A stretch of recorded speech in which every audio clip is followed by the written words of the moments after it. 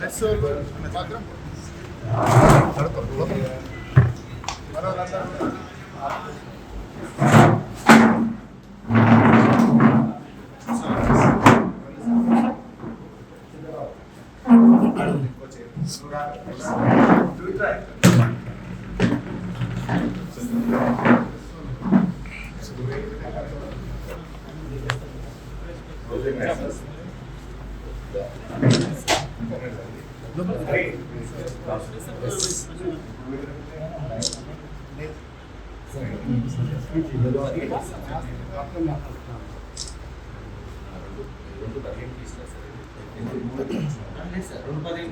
Timing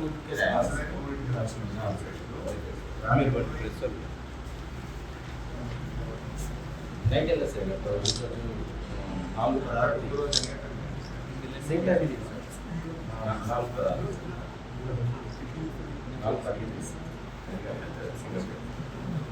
4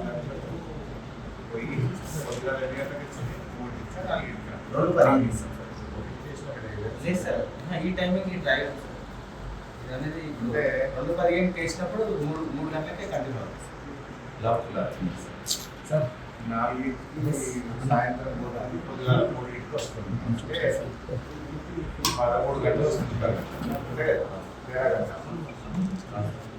మధ్యలో interruptions ఎన్నిసార్లు నేనేమో 13 గంటలు తీసేస్తాను మధ్యలో ఇంటరప్షన్స్ పోనారా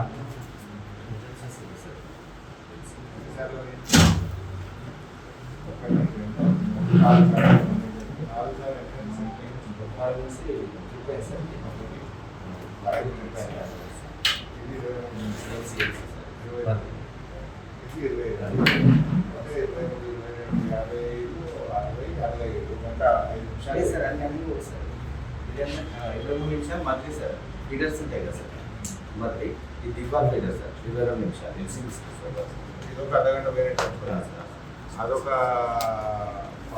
11 గంటలు ఇదొక అర్ధగంట 11:30 గంటలు పోతే 12:30 గంటలు వచ్చింది ఇవాళ ఎన్నిసార్లు పోయింది ఇది డేట్ ఇది 11 సార్ నేను ఎన్నిసార్లు కరెక్ట్ పోయింది 1 2 3 4 5 సార్లు పోయింది అయితే 5 సార్లు ఇది 2 నిమిషాలు ఇన్కమింగ్ సార్ ఇది మధ్య ఏమో ఎల్సీ సార్ 20 నిమిషాలు దిగ్వాల్ ఎల్సీ 15 నిమిషాలు ఇది 15 నిమిషాలు ఇది 50 నిమిషాలు 50 నిమిషాలు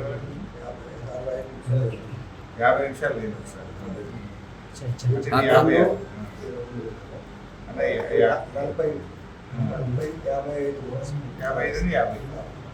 115 ఇది ఒకటి 50 నిమిషాలు లేదు ఫీడర్స్ ఉంటాయి కదా సార్ అవును ఒక్కొక్క ఫీడర్ ఇవాళ ఎన్నిసార్లు పోయింది కరెంటు 1 2 3 4 5 సార్లు అయితే ట్రిప్ అయినాయి సార్ 5 నిమిషాలు ట్రిప్ అయింది ఒక 5 నిమిషాలు ట్రిప్ ఇది 7 నిమిషాలు ఎల్సీ సార్ ఎల్సీ ఇది 30 కేవీ ఇన్కమింగ్ పోయింది సార్ 25 నిమిషాలు పోయింది మధ్య ట్రిప్ అయింది సార్ 5 నిమిషాలు ఎల్సీ 25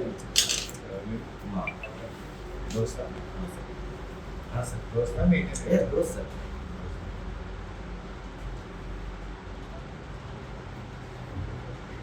నిన్న ఎప్పుడు పోయింది 11 తారీఖు కరెంట్ సాయంత్రం అంటే 3 ఫేజ్ ఎకరాసులు ఇక్కడ పోయింది 3 ఫేజ్ లేదు అది వచ్చింది సార్ ఈ పొద్దుగాల 3కి వచ్చింది సాయంత్రం ఎన్ని గంటలు తీసేసారు నిన్న 5 గంటలకు తీసేస్తారు ఇక్కడ మీ ఇష్టం అన్నట్టుగా రాయకపోతే ఇట్లా పోయి మొన్న రాసిండు మొన్న ఎన్ని రాసిండు 3 ఫేజ్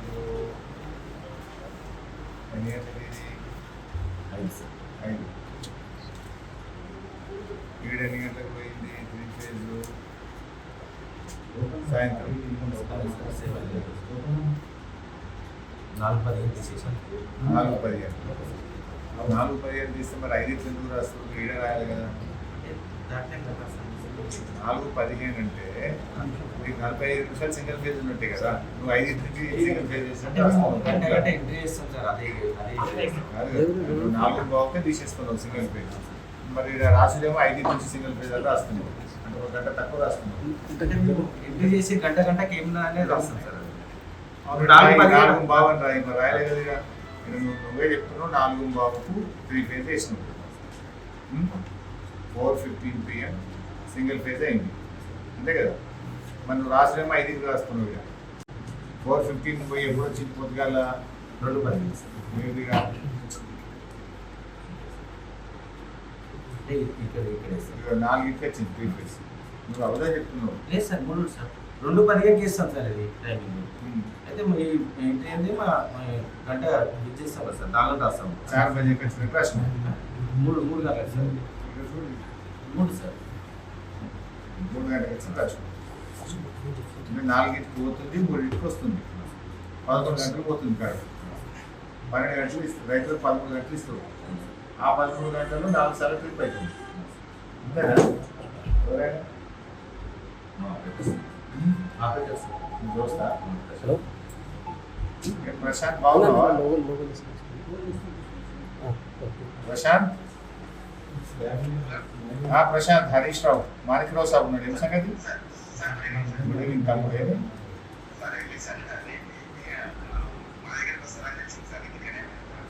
మీ దగ్గరకు వస్తారని ఎవరు చెప్పారు? ఎవరు చెప్పారు కానీ ఎట్లా తెలిసింది? ఏం సమస్యలు చెప్పు.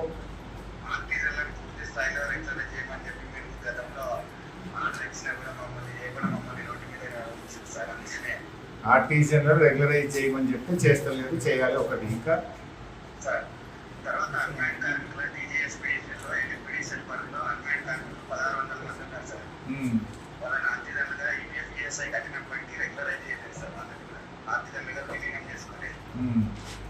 తర్వాత ఆర్టిజన్ ఉద్యోగి చనిపోతే అందరికీ కూడా గ్రేడ్ 4 కాంపల్సరీ జాబ్ ఇస్తున్నారు సార్ డిపెండెంట్. ఆ గ్రేడ్ 4 కాకుండా విద్యార్థులను ఆధారంగా చేసుకొని ఉద్యోగం ఇవ్వాలని ఈ ద్వారా సార్ అందుకే కాల్ చేశాను సార్. నేను వచ్చింది తెలిసింది, ఫోన్ కొట్టావు, అదే దొరికింది. ఇప్పుడే వేస్తే ఎట్లా తెలిసిందాము సార్? నేను వచ్చిందే ఇప్పుడు నీకు ఎట్లా తెలిసి సార్? నేను తెలంగాణ ఉద్యమంలో మీతో పాటు సంగారెడ్డి నుంచి సిద్దిపేట వరకు పాదయాత్ర చేసిన సార్. అచ్చా. సో ఆర్టీసీలో ఎంతమంది ఉన్నారు తమ్మి ఇప్పుడు? ఇప్పుడు 19,647 మంది ఉన్నారు సార్. రెగ్యులరైజ్ కానోళ్ళు. అవును సార్. ఈ 19,647 రెగ్యులరైజ్ చేయాలని ఒక డిమాండ్. సార్ ఇంకోటి ఏమో ఉద్యోగము విద్యార్హత ప్రకారం చనిపోతే ఉద్యోగం ఇవ్వాలి. డిపెండెంట్ ఉద్యోగం గ్రేడ్ 4 ఇస్తున్నారు సార్. సరే, ఇంకోటి ఏమన్నా అన్మ్యాన్ కార్మికులు ఎఫ్పిడిసిఎల్ పరిధిలో పనిచేస్తున్న అన్మ్యాన్ కార్మికులందరినీ కూడా విలీనం చేసుకోవాలి సార్. ఈపీఎఫ్ఈఎస్ఐ ఉన్నప్పటికీ అన్మ్యాన్డ్ కార్మికులు విలీనం చేసుకోవాలి. అవును సార్. సరే, ఇప్పుడు కరెంట్ ఎన్ని గంటలు వస్తుంది తమ్ముడు? 17 గంటలు వస్తుంది సార్. రాత్రి 2:15 నిమిషాల నుంచి సాయంత్రం 4:15 వరకు 12 గంటలు సప్లై ఇస్తుంది. మరి ఇక్కడ బుక్లో చూస్తే 16 గంటలే ఉంది కదా. 16 ఎక్కడికి 13 ఉంది. అయితే ఈరోజు 2.5 అవర్స్ సప్లై ఇంటరప్షన్ అయింది సార్. 2.5 గంటలు ఇంటరప్షన్ అయింది. అయ్యాలా? అవును సార్. 2 గంటల 45 నిమిషాలు. నేను నిన్న చూసినా మొన్న చూసినా మీ లాక్ బుక్ ముంగడ పెట్టుకొని మాట్లాడుతున్నా. మనకు 13 గంటలు వస్తుంది రైతులకు. 17 గంటలు 13 గంటలు వస్తుంది, 11 గంటలు పోతున్నది. ఇప్పుడు నువ్వు డేట్ చూసి చెప్పమంటే కూడా నీకు చెప్తా. ఇప్పుడే చూసినాం డేటు. 11 తారీఖు నాడు ఎప్పుడు పోయిందంటే ఇప్పుడు వాయదా బాబు ఇది ఇందాక చూసినాం. 11 తారీఖు ఎప్పుడు పోయిందాము? ఇందాక చూసినాం కదా. ఇప్పుడే చూసినాం. ఇప్పటిదాకా నేను రిజిస్టర్ చూస్తే 13 గంటలు మాత్రమే వస్తుంది రైతు కరెంటు. ఇట్లాంటి 11 తారీఖు ఎన్ని గంటలకు పోయింది? ఒక 3 ఫేజ్ 3కి వచ్చింది. మళ్ళా ఎప్పుడు పోయింది? సాయంత్రం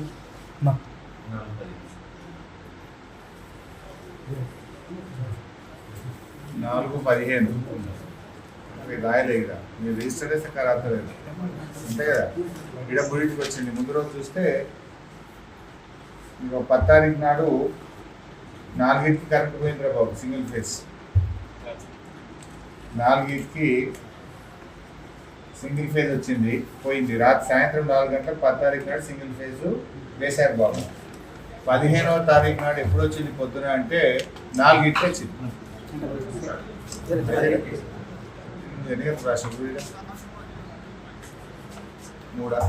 మూడింటికి రాశాను. మూడింటికి 3 ఫేజ్ వచ్చింది. మూడింటికి రాశాను. మూడింటికి 3 ఫేజ్ వచ్చింది. 3 4కి పోయింది. వచ్చుడు 3కి వచ్చింది. అంటే 13 గంటలు రైతులకు కరెంట్ ఇస్తున్నారు, 11 గంటలు తీసేస్తున్నారు. ఆ 13 గంటల్లో కూడా మీరు ఎల్సీ అంటున్నారు, లైన్ మీదికి వెళ్ళి 11 kV పోయింది అంటున్నారు, తర్వాత ట్రిప్ అయింది అంటున్నారు. మళ్ళా ఆ ఇచ్చిన 13 గంటల్లో కూడా 1 గంట సేపు ట్రిప్ పేరు మీద ఎల్సీ పేరు మీద పోతుంది. అంటే రైతుకు నికార్సుగా వచ్చేది కేవలం 12 గంటలే వస్తుంది. ఓకే తమ్ముడు, మీ విషయం మాట్లాడితే రైతుల గురించి కూడా మాట్లాడతారు. Thank you.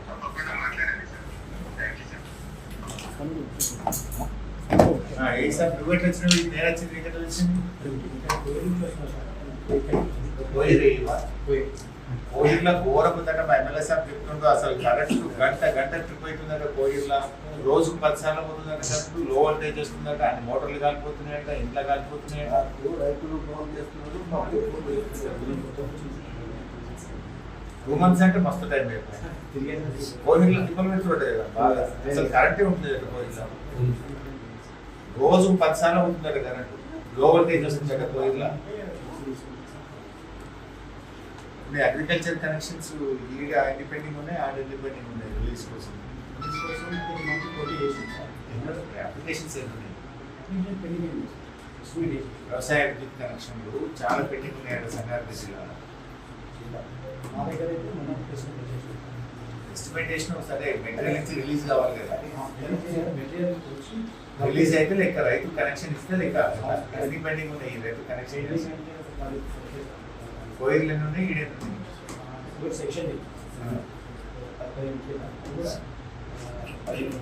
ఇప్పుడు ఎంత పెంచినట్టు కదా రేట్. ఇంతకుముందు 5,000 ఇప్పుడు 10,000 అయింది కదా అగ్రికల్చర్ కనెక్షన్.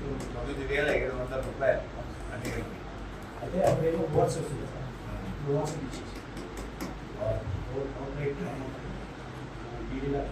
ఎవరికైనా 3 పోల్లు అప్పుడు కూడా 5 ఇచ్చినాం, 3 పోల్లు ఇచ్చినాం, కనెక్షన్ ఇచ్చినాం. 3 పోల్ల కంటే ఎక్కువ అవసరం పడుతుంది. నువ్వేదో దాంట్లో సాధ్యం పోవట్లేదు. వ్యవసాయ విద్యుత్ కనెక్షన్ లో ఆ రోజు 4,900 కేసీఆర్ ఉన్నప్పుడు ఇచ్చిండ్రు. ఇప్పుడు రేవంత్ రెడ్డి వచ్చినాక 9,700 చేసిండ్రు. రైతుకు కొత్త విద్యుత్ కనెక్షన్ కావాలంటే డబుల్ ఛార్జ్ చేసిందా లేదా? రేట్ పెరిగిందా లేదా? డీడీ అమౌంటే అడుగుతున్నా. పెరిగింది కదా రైతుకు. కరెంటు తక్కువైంది. 24 గంటలు పోయి 13 గంటలు వస్తుంది. ఆ 13 గంటల్లో 4 సార్లు ట్రిప్ అవుతుంది. నేను లాగ్ బుక్ మాట్లాడుతున్నాను, నేను వద్ద నోటీస్ మాట మాట్లాడుతాను, నేను బుక్ ముంగడ పెట్టుకుని మాట్లాడుతున్నాను. ఏడాదించాడు ఒక్కరోజు కూడా వచ్చాడు.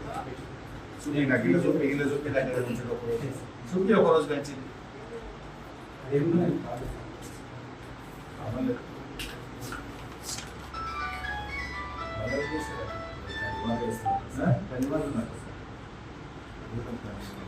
ఏం బాబు, ఏం కావాలి? హలో హలో, ఏ ఊరే? ఏ ఊరు? సోలమన్. సోలమన్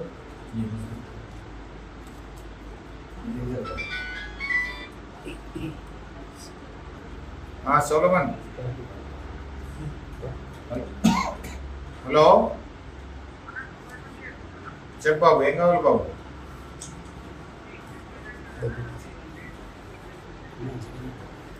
గ్రిడ్ ఫెయిల్ అయిందా? సోలార్ అయినా ఫోన్ చేస్తున్నాడు, గ్రిడ్ ఫెయిల్ అయినా.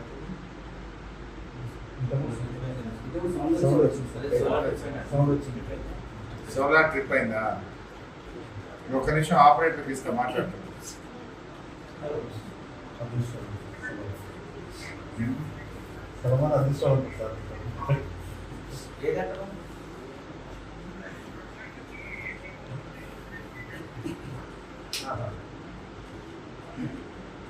అది ఓటానా బ్రేక్ డౌన్ ఉంటాయి. ఓటానా బ్రేక్ డౌన్ ఉంటే అది క్లియర్ చేసి. ఈరోజు కోహిర్ మండలం బిగ్వాన్ సబ్ స్టేషన్ కు మేము ఆకస్మిక తనిఖీలో రావడం జరిగింది. గత కొద్ది రోజుల నుంచి కోహిర్ నుంచి రైతులు గౌరవ ఎమ్మెల్యే మాణిక్రావు గారికి, నాకు కూడా కొంతమంది ఫోన్ చేసి కోహిర్లో విద్యుత్ సరఫరా బాగా లేదు, రోజుకు 5-6 సార్లు కరెంటు ట్రిప్ అవుతా ఉంది, రైతులకు వ్యవసాయానికి కేవలం 12 గంటల కరెంటు మాత్రమే వస్తూ ఉంది. ఆ ఇచ్చిన 12 గంటల్లో కూడా 4-5 సార్లు ట్రిప్ కావడం వల్ల రైతాంగం తీవ్రమైన ఇబ్బంది ఎదుర్కొంటున్నారని చెప్పి పత్రికల్లో కూడా వార్తలు వచ్చాయి. రైతులు కూడా మాకు ఫోన్ చేసి మాట్లాడడం జరిగింది. సరే, ఈరోజు మాణిక్రావు గారు, నేను, చింతా ప్రభాకర్ గారు సర్ప్రైజ్ విజిట్ లో దిగ్వాల్ 33/11 kV సబ్ స్టేషన్ కు రావడం జరిగింది. ఇప్పుడే లాగ్ బుక్ చూసాం. 10వ తేదీ కరెంట్ ఎప్పుడు పోయింది అంటే 10వ తేదీ సాయంత్రం 4 గంటలకు 3 ఫేజ్ కరెంట్ తీసేశారు. మళ్ళీ 11వ తేదీ ఎప్పుడు వచ్చింది అంటే ఉదయం 3 గంటలకు 3 ఫేజ్ కరెంట్ వచ్చింది. అంటే దాదాపు 11 గంటలు రైతులకు కరెంటు తీసేశారు. ఇది లాగ్ బుక్ రికార్డు, నేను సొంతంగా చెప్పట్లేదు, ఈ బుక్ లో ఉన్నదే మాట్లాడుతున్నాను. 10వ తేదీ సాయంత్రం 4 గంటలకు తీసేసి 11వ తేదీ పొద్దున 3 గంటలకు రైతులకు కరెంట్ ఇవ్వడం జరిగింది. 11 గంటల కరెంటు కట్ చేసినారు రైతాంగాన్ని. మరి ఆ మిగతా 13 గంటల్లో చూస్తే ఎల్సీ ఉన్నదంటున్నారు, లైన్ బ్రేక్ అయిందంటున్నారు, ట్రిప్ అయిందంటున్నారు. అట్లా మరొక 5 సార్లు పోతుంది. ఆ ఇచ్చిన 13 గంటల్లో కూడా కనీసం రోజుకు 5 సార్లు ట్రిప్ అవుతారు. దానివల్ల పారిన మడి పారుతుంది, వెనుక మడికి నీళ్ళు అందరి పరిస్థితి ఉన్నదని రైతులు చాలా బాధపడుతున్నటువంటి పరిస్థితి ఉంది. రేవంత్ రెడ్డి గారు అసెంబ్లీలోనేమో నేను 24 గంటల కరెంట్ ఇస్తున్నా అంటున్నాను. మరి ఎక్కడనేది 24 గంటలు? లాగ్ బుక్ లో చూస్తే చెప్తున్నది, లాగ్ బుక్ లో రాసింది 13 గంటలు. మధ్యలో ఉన్న ఎల్సీ కావచ్చు, ట్రిప్ అవుట్ కావచ్చు, లైన్ బ్రేక్ కావచ్చు, అవన్నీ తీసేస్తే 12 గంటల కరెంటు కూడా రైతుకు రావడం లేదు. ఆ ఇచ్చిన 12 గంటలకు 4-5 సార్లు రైతాంగానికి ట్రిప్ అయితా ఉంది. మాటల్లో 24 గంటలు, చేతల్లో రైతులకు వస్తున్నది 12 గంటల కరెంటు. రేవంత్ రెడ్డి, నీకు రైతులు అంటే ఎందుకు అంత చిన్న చూపు? ఆనాడు కేసీఆర్ గారి పాలనలో రైతులకు 24 గంటల కరెంట్ వస్తే ఇవాళ కేవలం 12 గంటల కరెంటు మాత్రమే రైతులకు వస్తారు. ఇవాళ నువ్వు రైతులకు ఏం చేసినావు? రైతులకు రైతు బంధు ఎగ్గొట్టినావు, పంటల బీమా ఎగ్గొట్టినావు, ఆత్మీయ భరోసా ఎగ్గొట్టినావు, బోనస్ పోయిన యాసంగికి బోనస్ ఎగ్గొట్టినావు, రైతులకు ఎరువులు సక్కగిస్తలేవు, రైతులకు కరెంటు సరిగా ఇస్తలేవు. నువ్వు ఇలా రైతులను ఎందుకు ఇంత చిన్న చూపు చూస్తున్నావు? రైతులంటే నీకు ఎందుకు అంత కోపం? రైతుల మీద ఎందుకు పగబడుతున్నావు అని అడుగుతా ఉన్నా. ఇవాళ స్పష్టంగా దిగ్వాల్ సబ్ స్టేషన్ లో చూస్తే రైతులకు 12 గంటల కరెంటు మాత్రమే వస్తున్నారు. కరెంటు చూస్తే 12 గంటలు. యాసంగికి ఇప్పటిదాకా రైతు బంధు పడలేదు, పోయిన యాసంగి పంటల బోనస్ రాలేదు, వడగళ్ల వానకు సంబంధించి గత 2 సంవత్సరాలుగా రైతులకు 1 రూపాయి కూడా రాలేదు.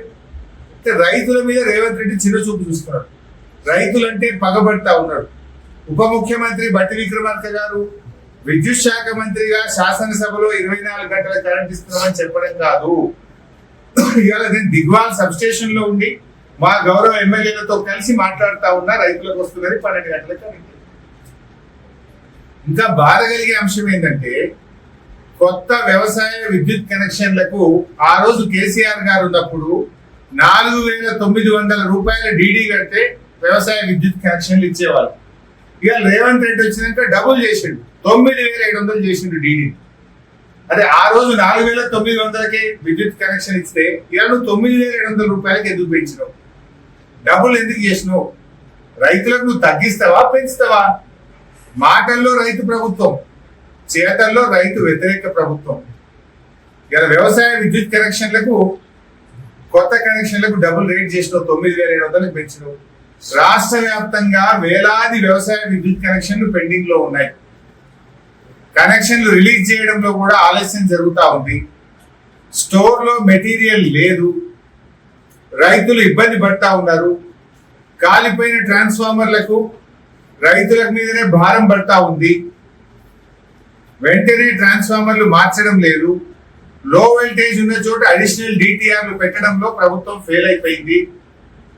ఇది నిజంగా రైతులు, నేను అడుగుతా ఉన్నా, ఇప్పుడు డిమాండ్ చేస్తా ఉన్నా దిగ్వాల్ నుంచి, రేపటి నుంచి అయినా రైతులకు 24 గంటల కరెంట్ ఇవ్వండి.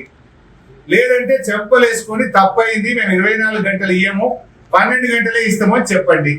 చెప్పుడు 24 గంటలు ఏంది, ఇచ్చుడు 12 గంటలు ఏంది అని అడుగుతా ఉన్నా.